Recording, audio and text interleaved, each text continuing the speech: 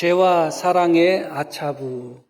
아차부가 뭔가, 오탄가, 뭔가, 이 아차부는 히브리어인데, 동사형이에요. 동사형인데, 원형이 되는 단어입니다. 무엇에 원형이 되느냐면, 이 아차부라는 단어에서 형태만 달리해가지고, 뭐 명사형이나 혹은 뭐 형용사나 뭐 여러 가지 형태만 달리해서 성경에 기록된 번역된 의미로서는 슬픔, 뭐 고통, 근심, 뭐 수고, 뭐 그런 등등으로 번역될 수 있는 단어예요.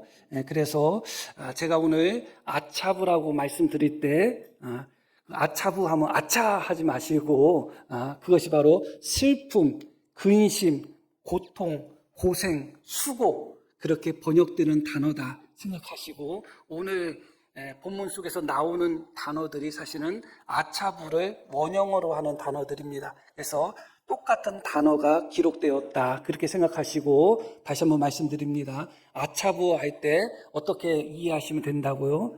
슬픔이나 근심이나 고생이나 고통, 수고 뭐 그런 등등으로 이해하시면 될 것 같습니다. 하나님께서 아담과 하와를 창조하셨을 때 만물의 영장으로 창조하셨습니다. 하나님의 형상을 닮은 존재로 창조하셨죠. 너무너무 큰 은혜였습니다. 아담과 하와에게 금지된 것은 없었습니다. 하나님께서는 아담과 하와에게 가장 좋은 곳 에덴 동산에서 살도록 하셨고 원하는 모든 것을 다 할 수 있도록 하나님께서 은혜를 베푸셨죠. 그러나 한 가지만 금하신 것이죠. 선악을 알게 하는 나무의 열매를 먹지 말라. 오직 그 한 가지였습니다. 어렵지 않았을 것 같습니다. 우리 같았으면 다 그 말씀에 순종했을 것 같아요. 그런데 여인이 뱀의 꾀에 넘어가서 그 열매를 먹으면 하나님처럼 될 것이라 하는 그 꾀임에 넘어가서 만물의 영장으로 하나님의 형상으로 창조된 은혜를 망각하고 여인 하와가 선악과를 따먹습니다. 그리고 남편을 너무 사랑했기 때문에 남편에게도 선악과를 줍니다. 만약에 선악을 알게 하는 나무의 열매를 먹으면 하나님이 된다고 이 하와가 정말 믿었다면 우리 성도님들 같으면 부인이나 남편에게 주겠어요? 안 주겠어요? 권력은 자식하고도 나누지 않는다고 하잖아요.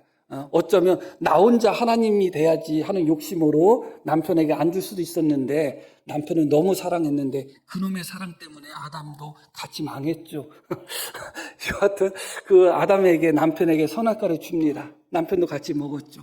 결국은 하나님의 형벌이 찾아올 수밖에 없었습니다.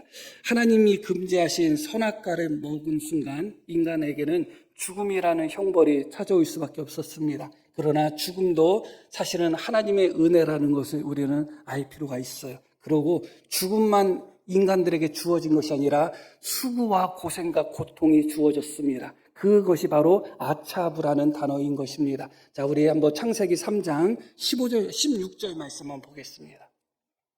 여인에게 주신 하나님의 형벌이에요. 또 여자에게 이르시되 내가 내게 임신하는 고통을 크게 더하리니 이 고통이라는 단어의 원형이 아차부입니다. 내가 너에게 임신할 때 아차부, 고통, 수고, 고생을 더하겠다. 내가 수고하고 자식을 낳을 것이며 이 수고한다는 단어도 아차부라는 단어입니다. 그것이 원형인 단어예요. 그러니까 여자에게 하나님께서 어떤 의미에서 형벌이라고 할 수 있죠. 그것을 주시면서 비로소 하나님의 형상으로 에덴 동산에서 아무런 걱정도 없이 근심도 없이 염려도 없이 아무런 고생과 고통도 없이 그렇게 살던 인생들에게 아차부가 주어졌습니다. 이제 모든 인생들은 여인이 아차부하면서 임신하고 아차부하면서 자식을 낳을 것입니다. 그렇게 태어나는 자식은 태어나면서부터 아차부 인생이에요. 태어나면서부터 울면서 태어나고 태어나면서부터 슬픔과 고생과 무거운 짐과 모든 고통을 짊어지고 태어나는 것입니다. 사람 중에 평생 살면서 슬퍼한 경험 없는 사람이 어디 있고 걱정, 염려, 근심, 고통 또 고생 안 한 사람이 어디 있겠어요. 이 아차부는 모든 인간들이 다 피해갈 수 없는 것입니다. 경중이 있고 정도의 차이는 있지만 죄로 말미암아 인간들에게 아차부가 주어진 것입니다. 그러니까 다시 말씀드리면 이 아차부는 결국 인간의 죄의 결과이다. 죄로 말미암아 우리에게 슬픔이 찾아온 것이고 죄로 말미암아 우리에게 고생과 또 근심과 걱정과 또 고통들 또 염려들 그런 것들이 찾아온 것입니다. 심지어 하나님께서는 사람을 창조하시고 생육하고 번성하라고 말씀하셨어요. 생육하고 번성하는 것이 하나님의 복인데 그 생육하고 번성하기 위해서는 아이를 잉태하고 아이를 해산해야 되는데 그것이 고통이 되는 것입니다. 아이를 임신하는 것 자체, 아이를 9달 동안 품고 있다가 아이를 해산하는 것 자체, 그 자체가 아차부, 고통이 될 것이고 수고가 될 거라고 말씀합니다. 실제로 짐승들을 보면 사람처럼 그렇게 해산할 때, 새끼를 낳을 때 고생하는 짐승들은 거의 없습니다. 실제로 대부분 짐승들은 새끼를 낳을 때 별로 아파하지 않거나 거의 통증이 없다고 해요. 오직 사람만이 자기 남편 머리카락 다 잡아 뜯으면서 아이를 낳는 그런 고생을 하고 평소에 그렇게 착했던 여자도 싹 욕하면서 너 때문에 내가 이 고생한다고 하면서 아이를 낳죠. 그런데 따지고 보면 아담과 하와를 생각하면 여자 때문에 생긴 거지 남자 때문에 생긴 거 아니에요. 남자 억울하게 만들지 마시고요. 일단은 여하튼 이 아차부는 결국은 죄로 말미암아 주어진 것이고 하나님의 가장 큰 축복인 생육과 번성의 과정 속에서도 이 아차부가 주어졌다. 고생하며 수고하며 고통하며 자식을 낳을 것이다. 그렇게 태어난 자식도 역시 고생과 수고와 고통을 가지고 태어나는 것입니다. 남자에게 주신 하나님의 말씀도 같은 맥락입니다. 이어지는 말씀 보겠습니다. 아담에게 이르시되 내가 내 아내의 말을 듣고 내가 내게 먹지 말라 한 나무 열매를 먹었은즉 땅은 너로 말미암아 저주를 받고 너는 내 평생에 뭐라고 나오죠? 수고하여야 그 숲산을 먹을 것이다. 이것도 아차부예요. 수고해야지, 고생해야지. 그래서 이어지는 말씀 속에서는 하나님이 무엇을 덧붙이냐면 땀을 흘려야지 먹을 것을 먹을 것이다. 그렇게 말씀합니다. 다시 말씀드리면 남자나 여자나 할 것 없이 아이를 잉태하는 것부터 아차부로 시작이 되고 아이 입장에서는 태어나는 순간부터 아차부로 태어나는 것입니다. 그리고 평생을 살아갈 때 먹을 것을 먹기 위하여 너무 당연하잖아요. 먹을 것을 먹기 위하여 그런데 고생을 해야 된다. 이제는 이마에 땀을 흘리는 고생과 수고를 해야지 먹을 것을 먹게 될 것이다. 그렇게 말씀합니다. 그럼에도 불구하고 여기서 우리가 기억할 것은 무엇이냐면 하나님께서 사람들에게 아차부, 죄로 말미암아 아차부라는 인생의 수고, 고생, 슬픔 그런 것을 주셨지만 이건 결코 하나님의 저주는 아니었다는 것을 기억할 필요가 있어요. 14절에 어떤 말씀이 나오느냐면 너는 모든 짐승 중에 가장 저주를 받을 것이다 하면서 뱀을 저주합니다. 그리고 다시 본문 창세기 3장 17절 말씀을 보겠습니다. 17절 아담에게 이르시되 내가 내 아내의 말을 듣고 내가 내게 먹지 말라 한 나무의 열매를 먹었은즉 땅은 너로 말미암아 어떻게 될 것이다? 저주를 받을 것이다. 그러니까 아담과 하와 사람에게 하나님께서 어떤 의미에서 심판을 선언하실 때 뱀에게 먼저 하셨죠. 그때 뱀에게 뭐라고 말씀하셨다고요? 너는 모든 짐승들 중에 저주를 받을 것이다. 뱀을 저주하셨어요. 그리고 아담에게 하나님께서 심판을 선언하실 때는 뭐라고 말씀하셨냐면 땅은 너로 말미암아 저주를 받을 것이다 하셨어요. 그리고 오직 아담과 하와에게는 아차부만 주셨지 저주를 내리지는 않으셨어요. 그걸 기억할 필요가 있어요. 아차부는 하나님의 저주는 아니었다. 오히려 하나님의 은혜의 방편이었다. 이제 죄의 맛을 본 인간이에요. 한번 사람이 피의 맛을 보거나 돈의 맛을 보거나 무엇의 맛을 본다면 그래서 중이 고기 맛을 한번 보면 빈대가 남아나지 않는다는 말듯이 어떤 맛을 본다면 그때부터 감당하기 어렵거든요. 이제는 인간은 무슨 맛을 보았는가? 죄의 맛을 보았습니다. 죄의 맛을 보았기 때문에 그들의 죄를 억제하기 위해서 하나님은 두 가지를 하나님은 안전장치로 주신 거예요. 하나는 죽음인 것입니다. 죽지 않고 평생 죄를 범한다고 생각해봐요. 끔찍하지 않겠어요?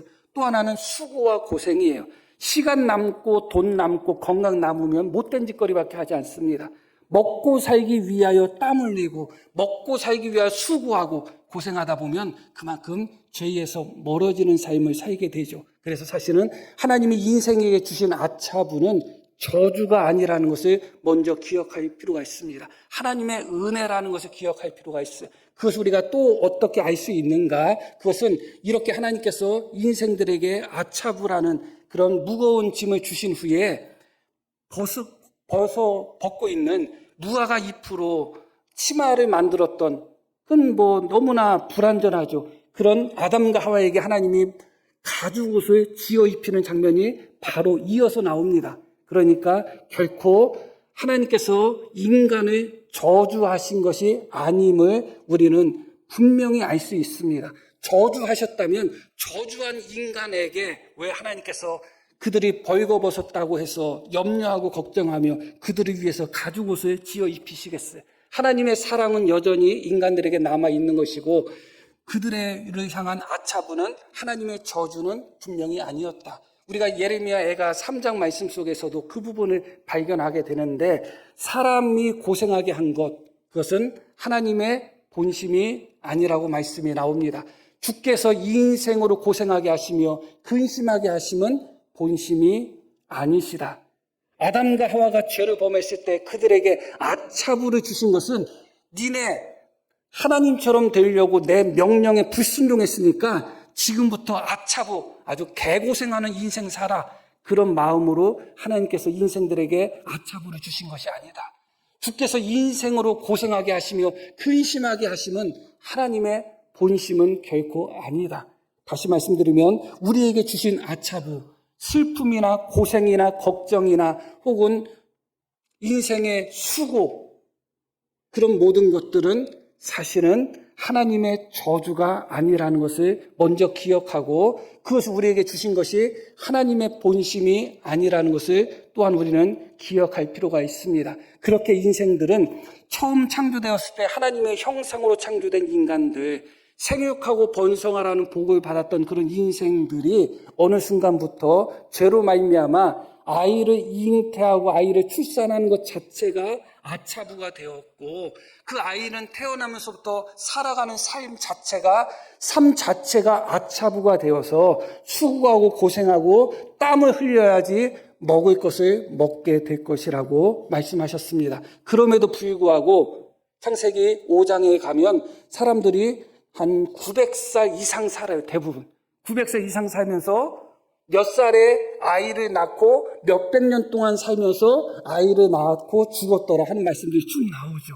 아차부 인생 속에서도 사람들이 900살, 1000살 가까이 살며 잉태의 고생과 해산의 고통이 있음에도 불구하고 그렇게 몇백 년 동안 계속 자식을 낳고 또 낳는 장면이 창세기 5장에 나오고 창세기 6장에 가서는 인간들이 땅에 번성했다고 나옵니다. 그러니까 이 하나님이 인생에게 주신 아차부는 그래도 견딜 만한 아차부였던 거예요. 사실은 그 아차부 중에서도 사람들이 어떻게 되었다고요? 번성하고 번성했다. 아이를 임신할 때 고통스럽고 아이를 해산할 때 고통스럽고 살아가는 삶 자체가 먹고 살기 위해서 고생하고 고통스러운 삶을 산다 할지라도 인생이 번성하고 사람들이 번성했다는 것은 그 안에 하나님의 은혜가 여전히 남아 있었음을 보여주고 있는 것입니다. 그런데 문제는 그렇게 사람들이 번성함에 따라서 무엇도 함께 증가하고 번성했는가? 본문 말씀 5절 말씀 보겠습니다. 여호와께서 사람의 죄악이 세상에 가득함과 그의 마음으로 생각하는 모든 계획이 항상 악할 뿐임을 보셨다. 사람의 죄악이 세상에 가득해졌다. 사람이 세상에 많아지면 많아질수록 그 사람으로 말미암아 죄악들이 세상에 더 많아지고 있었던 겁니다. 하나님이 염려하셨던 것이 그거예요. 하나님이 왜 잉태의 고통, 출산의 고통, 삶의 고생을 인간들에게 주셨는가?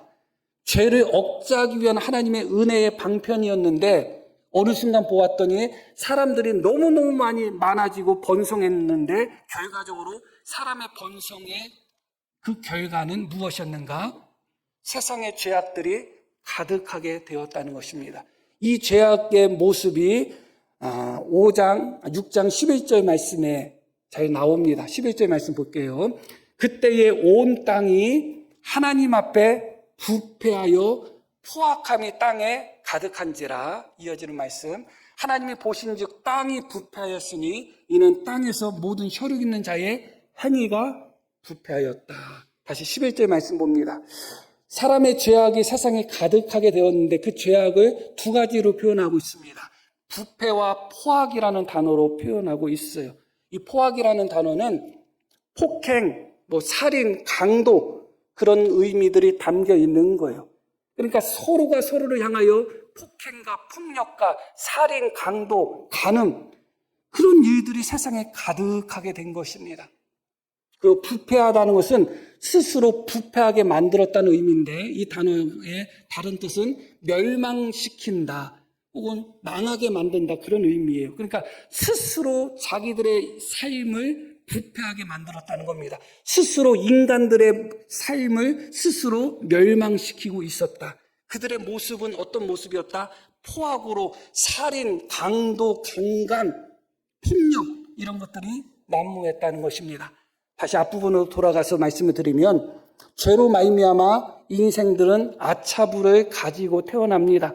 그것은 하나님이 인간들에게 주신 거예요. 하나님이 지으신 아차부입니다. 그런데 어느 순간 보았더니 하나님이 아담과 하와에게 내리신 그들에게 허락하신 표현이 이상할 수 있지만 그 아차부, 그 슬픔, 그 고생, 그 고통보다 인간이 인간을 향하여 서로 포악하고 인간이 인간을 향하여 서로 미워하고 죽이고 살인하고 강도짓하고 그렇게 사람으로 말미암아 인간이 인간으로 말미암아 당하는 아차부가 훨씬 더 커졌다는 겁니다.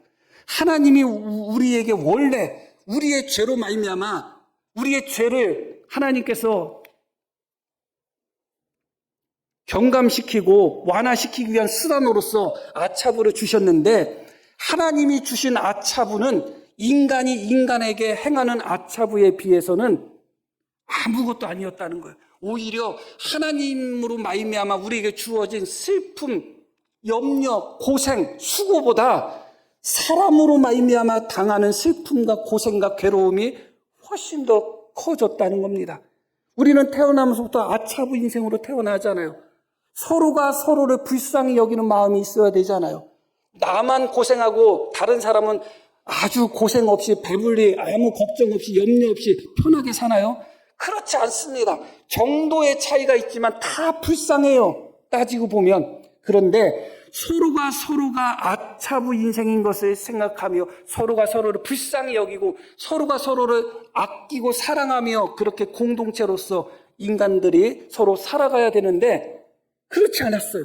어느 순간부터 나의 아차부만 고통스럽고 내 아차부 때문에 내 가난 때문에 내 고생 때문에 내 어려움 때문에 다른 사람에게 그 어떤 아차부를 가는 한이 있다 할지라도 내 어려움, 내 고생만 안 하면 된다 하는 이기적인 모습 속에서 서로가 서로를 향하여 폭행하고 폭력하고 빼앗고 죽이는 그런 아차부들이 세상에 가득하게 되었다는 것입니다. 가만히 생각해 보시기를 바랍니다. 하나님으로 말미암아 우리의 인생들에게 주어진 아차부가 더 큰지 아니면 우리가 서로가 서로에게 행하고 범하는 아차부가 훨씬 더 큰지를 생각해 볼 필요가 있죠. 스스로가 우리를 자신을 부패시키고 우리 스스로가 서로를 향하여 포하고 행함으로 말미암아 안 그래도 무거운 인생, 안 그래도 슬픔의 인생, 안 그래도 괴로움과 고생의 인생인데 그것을 서로 더하는 경우가 많습니다. 결혼할 때도 서로가 힘이 되기 위해서 결혼하고 서로가 손을 붙들기 위해서 결혼하고 서로가 의지하기 위해서 결혼하는 거 아니에요? 그런데 막상 결혼하고 났더니 오히려 서로가 서로에게 훨씬 더 큰 아차부를 경험시키는 경우도 참 많습니다. 이런 모든 것들 너무너무 슬픈 것이죠. 이런 모든 것들을 하나님이 지켜보셨을 때 하나님의 마음은 어땠을까? 지금까지 말씀드린 것은 죄로 말미암아 인간들에게 주어진 아차부예요. 죄로 말미암아 인간들에게 주어진 아차부는 처음에 하나님께서 아담과 하와와 인간에게 지어주신 짐이라고 할 수 있습니다. 그러나 어느 순간부터 인간이 스스로 만들어낸 아차부가 훨씬 더 큽니다. 이것이 바로 죄의 아차부라고 할 수가 있습니다. 제목이 죄와 사랑의 아차부였죠. 이어지는 말씀 속에서는 사랑의 아차부에 대해서 살펴보려고 합니다. 하나님께서 그 모든 것을 지켜보실 때 다시 본문 말씀 6절 말씀을 보겠습니다. 땅 위에 사람 지으셨으며 한탄하사 마음에 근심하셨다. 이 근심하셨다는 것이 아차부하셨다는 거예요. 그러니까 우리가 여기서 첫 번째 기억할 것은 무엇이냐? 하나님은 원래 아차부가 없는 분이잖아요. 하나님이 근심할 필요가 무엇이 있고 하나님이 슬퍼하실 필요가 무엇이 있어요? 이 근심한다는 것은 슬퍼하다, 그렇게 번역할 수가 있어요. 하나님은 그럴 필요가 없어요. 하나님의 슬픔과 근심은 결국 어디에서부터 시작이 되었는가? 인간의 죄로부터 시작이 된 것입니다. 인간에게 그들의 죄로 말미암아 너는 평생 수고하며 염려하며 평생 고통하며 땀이 흘리며 그렇게 살아갈 거야. 인간에게 하나님이 아차부를 그렇게 가져다 주는 순간 하나님 마음에도 이미 아차부가 시작이 된 것입니다. 하나님은 근심하실 필요가 없고 걱정하실 필요가 없어요. 하나님에 대해서 아차부라는 단어가 첫 번째 기록이 된 것입니다. 하나님은 드디어 사람으로 말미암아 아차부하기 시작하셨습니다. 마치 부모가 자식을 낳고 그 자식이 엄청 속 썩일 때 내가 저놈의 자식만 안 낳았어도 내가 속 안 썩을 텐데, 그런 것처럼 하나님은 사람을 하나님의 형상으로 지으셨는데 그 사람의 죄악으로 말미암아 하나님은 아차부를 하시게 된 것입니다. 하나님의 아차부 첫 번째는 무엇이냐? 인간의 죄로 말미암아 하시는 하나님의 슬픔과 근심이에요. 죄 자체는 하나님은 너무너무 슬프게 만듭니다. 땅에 죄악이 가득하면 가득할수록 가장 거룩하신 하나님은 슬퍼할 수밖에 없고 근심할 수밖에 없는 것입니다. 드디어 인간의 죄로 말미암아 하나님의 아차부가 시작됐습니다. 우리만 고생하게 하신 것이 아니에요.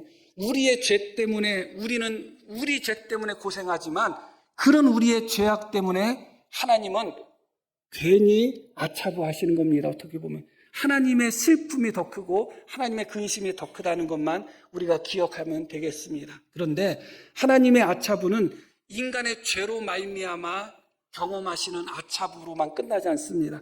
더 큰 아차부가 있습니다. 이어진 말씀 속에서 보면 7절 이르시되 내가 창조한 사람을 내가 지면에서 쓸어버리되. 하나님의 아차부가 느껴지시나요? 내가 창조한 사람을 내가 지면에서 쓸어버리겠다. 내가 창조한, 그래서 하나님이 보시기에 심히 좋았더라고 기뻐하셨던 그런 사람들, 그런 만물들을 내가 쓸어버려야 된다. 하나님의 슬픔이 보이죠. 심판을 향한, 심판할 때 마치 자녀가 잘못했을 때 자녀를 향하여 매를 들 때 부모의 마음이 훨씬 더 아차부한 것처럼 죄로 말미암아 어쩔 수 없이 하나님이 심판을 행하실 때 하나님의 마음은 이루 헤아릴 수 없는 아차부를 경험하게 되는 겁니다. 내가 창조한 인간을 내가 심판해야 된다는 겁니다. 그게 하나님의 아차부였습니다. 이 하나님의 아차부를 우리가 잘 표현하는 말씀이 에스겔 18장 말씀입니다. 주 여호와의 말씀이니라 내가 어찌 악인이 죽는 것을 조금인들 기뻐하겠느냐. 이게 하나님의 마음이에요. 악한 사람이라 할지라도 그 악인이 죽는 것 조금도 기뻐하지 않는다는 거예요. 그렇기 때문에 죽게는 하루가 1000년 같고 1000년이 하루 같은 겁니다. 왜 그럴까요? 한 사람이라도 더 구원하고자 하는 마음이 하나님의 마음이에요. 악한 자라 할지라도 그를 심판하는 것 하나도 즐겁지 않으시다는 겁니다. 내가 어찌 악인이 죽는 것을 조금인들 기뻐하겠느냐. 그가 돌이켜 그 길에서 떠나 사는 것을 어찌 기뻐하지 아니하겠느냐. 그게 하나님이에요. 그런데 세상에 사람들이 가득하고 세상에 사람들이 가득함으로 말미암아 세상에 죄악이 가득한 것을 보시고 하나님은 근심하시는데, 아차부하시는데, 그 죄악이 가득한 것을 보시며 아차부하시는 하나님의 슬픔과 근심보다 더 큰 것이 무엇이냐? 하나님이 만드신 인간들을 심판하셔야 된다는 겁니다. 멸하셔야 된다는 겁니다. 그게 하나님의 가장 큰 아차부였던 것입니다. 우리 작은 아이가 예전에 레고를 되게 좋아했어요. 조립하는 걸. 근데 어느 날부터인가 얘가 안 해요. 왜 안 하나? 얘가 이게 다른 쪽에 관심이 갔나? 그렇게 생각했는데 얼마 전에 제가 그 이유를 알았어요. 예전에 있었던 교회인데 자기가 어렵게 레고 하나를 완성해놨는데 아마 가끔 가다가 조금 교회에 찾아와서 돈이나 먹을 것을 요구하는 분들이 가끔 가다 있거든요. 근데 그런 사람이 한 분이 왔었나 봐요. 저는 기억이 안 남는데 그 사람이 다 부셨대요, 그걸. 그 다음날 봤더니 너무 허무하고 막 그냥 자기가 그 고생해서 만들었는데 다 부셔놨다는 거예요, 그 사람이. 저는 그걸 몰랐어요. 그래서 그다음부터 의욕이 안 생기더라는 거예요. 내가 창조한 인간을 내가 쓸어버려야 되겠다는 하나님의 아차구가 느껴지시나요? 아담과 하와에게 네가 땀을 흘려야지 먹을 것을 먹을 것이다. 너는 흙이니 흙으로 돌아갈 것이라고 말씀하셨던 그 하나님의 마음의 아차부가 느껴지시나요? 우리에게 아차부를 주실 때 하나님은 기뻐하셨을까요? 내가 어찌 악인이 죽는 것을 조금인들 기뻐하겠느냐. 나는 그런 하나님이 아니라고 주님은 분명히 말씀하고 계시는 것입니다. 사랑의 아차부인 것이죠. 그러나 하나님의 사랑의 아차부는 여기서 끝나는 게 아닙니다. 정점이 무엇이냐? 악인인들 죽는 것을 내가 조금인들 기뻐하겠느냐? 그들이 그 죄의 길에서 떠나 사는 것, 구원받는 것을 내가 기뻐하지 아니하겠느냐? 그게 하나님의 목적이죠. 구원이 목적인 것입니다. 그런데 구원에 있어서 가장 중요한 핵심이 뭐예요? 독생자이신 예수 그리스도의 십자가예요. 그게 하나님의 아차부의 정점이에요. 우리는 우리 죄 때문에 아차부하는 삶을 사는 겁니다. 그런데 우리 죄 때문에 아차부의 삶을 살고 흙으로 돌아갈 수밖에 없고 지옥 형벌 받을 수밖에 없는 우리지만 내가 어찌 악인이 죽는 것을 조금인데 기뻐하겠느냐고 말씀하신 하나님은 우리를 구원하시기를 원하는 거잖아요. 그 구원의 핵심이 바로 독생자이신 예수님을 십자가에 내어주시는 것입니다. 아브라함이 자기 독자 이삭을 번제로 바치려고 하는 그 순간에 하나님이 아브라함아 아브라함아 내 손을 그 아이에게 대지 말아라. 아무 짓도 하지 말라. 그렇게 외쳤던 하나님은 기꺼이 당신의 독생자이신 예수님을 우리를 위하여 십자가에 내어주셨습니다. 그 순간에 하나님의 아차부가 어떤 아차부인지 기억이 생각을 할 수 있을까요?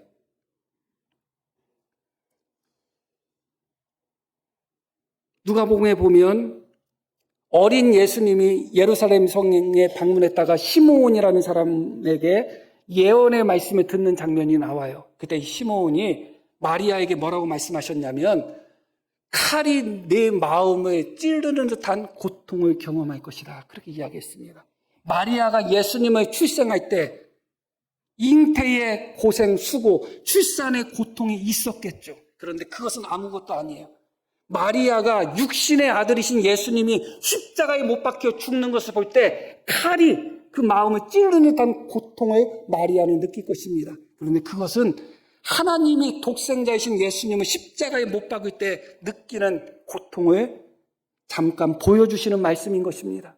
마리아, 육신의 엄마인 마리아의 마음속에 칼이 그 마음을 찌르는 듯한 고통이 있었다면 아버지 하나님께서 그 아들을 십자가에 내려주실 때 그 아들이 십자가에 못 박혀서 엘리 엘리 라막 사박다니 왜 나를 버리셨습니까? 외칠 때 하나님의 마음은 어떨까요? 하나님의 마음은 칼 10자루가 그의 마음을 찌르는 듯한 더 큰 고통, 더 큰 아차부가 분명히 있었겠죠. 그러나 하나님의 아차부, 사랑의 아차부는 여기서 끝나지 않습니다. 그 아차부의 절정은 하나님의 아들이시고 하나님의 본체이신 예수님께 있는 것입니다. 십자가의 고통보다 더 큰 아차부가 어디 있어요? 그렇기 때문에 예수님이 십자가를 앞에 두고 내 마음이 심히 고민하여 죽게 되었다고 말씀하시잖아요. 예수님이 입술에서 나온 말이에요. 내 마음이 심히 고민하여 내가 죽게 생겼다. 그만큼 십자가의 아차부는 말할 것도 없습니다. 할 수만 있으면 이 잔을 내게서 옮겨 주십시오. 그렇게 할 정도로 십자가의 아차부는 너무 큰 아차부고 고통스러운 아차부인 것이죠. 그리고 십자가상에서 나의 하나님 어찌하여 나를 버리셨습니까? 라고 외칠 때 주님의 마음의 아차부, 육신의 십자가에 못 박히고 창에 찔리는 육신의 아차부뿐만 아니라 하나님께 버림받았다고 느끼는 순간, 엘리 엘리 라막 사박다니를 외치는 순간 그 예수님의 마음의 아차부는 상상할 수가 없는 것입니다. 우리가 인생에서 많은 아차부를 경험하면서 내 인생은 왜 이렇게 꼬였지? 내 인생은 왜 이렇게 힘들지? 어렵지? 왜 나만? 왜 부모 잘못 만나가지고? 왜 남편 잘못 만나고 마누라 잘못 만나서 내가 왜 이 고생하지? 그런 분들이 있을 것입니다. 그러나 인생의 아차부는 본질적으로 죄의 결과인 것은 분명합니다. 그러나 하나님의 아차부는 스스로 선택한 아차부예요. 사랑 때문에 선택한 아차부예요. 우리를 만들지 않으셨다면, 우리를 여전히 사랑해서 우리를 구원하시고자 하는 하나님의 사랑이 없었다면 하나님은 아차부를 경험하지 않았을 것입니다. 기꺼이 우리 하나님은 우리를 구원하기 위하여 독생자를 십자가에 못 박는 칼이 그 마음을 찔러 쪼개는 듯한 아차부를 기꺼이 주님은 스스로 선택하셨던 것이고, 우리 예수님도 십자가라는 그 어떤 것과 비교할 수 없고 상상할 수 없는 그런 십자가의 큰 아차부를 기꺼이 짊어지신 것입니다. 사랑으로 선택한 아차부인 것이죠. 우리 고생 고통이 크다 할지라도 비교할 수 없습니다. 절대 비교할 수 없습니다. 그런 후에 믿는 우리에게 성령을 선물로 주십니다. 여기에서 마지막 아차부가 나옵니다. 에베소서 4장 말씀을 보겠습니다. 하나님의 성령을 근심하게 하지 말라. 하나님께서 우리를 성전 삼아 하나님의 성령이 우리 속에 있습니다. 그런데 여전히 믿는 사람들이 예수 그리스도의 십자가의 아차부로 말미암아 구원받은 우리가 여전히 죄악 가운데 거하면 성령께서 우리 안에 계시는 성령께서 아차부하신다는 겁니다. 근심한다는 것입니다. 주님께서 피 흘려 구원하신 우리가 여전히 죄의 자리에 빠져서 그렇게 여전히 죄악 가운데 살면 죄를 보고 하나님 아버지가 근심한 것처럼 우리 안에 계신 성령께서 아차부, 근심하고 계신다는 것이죠. 이 모든 아차부는 결국은 하나님의 아차부고 사랑의 아차부고 구원의 아차부고 스스로 선택하신 아차부입니다. 우리는 아차부를 선택한 것이 아니죠. 사랑의 아차부가 아닙니다. 우리의 아차부는 죄의 아차부인 것이고 불순종의 아차부인 것이지 사랑의 아차부가 아니죠. 여기서 결론적인 말씀 한 가지만 드리려고 합니다. 하나님께서 인생에게 가하신 아차부보다 하나님 당신이 스스로 선택하신 사랑의 아차부가 훨씬 더 큽니다. 그리고 하나님께서 인생에게 주신 아차부보다 서로가 서로를 불쌍히 여기지 못하고 서로가 서로를 용서하지 못하며 서로가 서로를 향하여 포악과 폭행을 행하는 인간이 인간에게 가하는 아차부가 훨씬 더 큽니다. 그러나 그런 우리가 하나님의 사랑의 아차부, 예수 그리스도의 십자가의 은혜로 구원을 얻었습니다. 믿는 자로서 우리는 이제 선택할 시간이 찾아온 것입니다.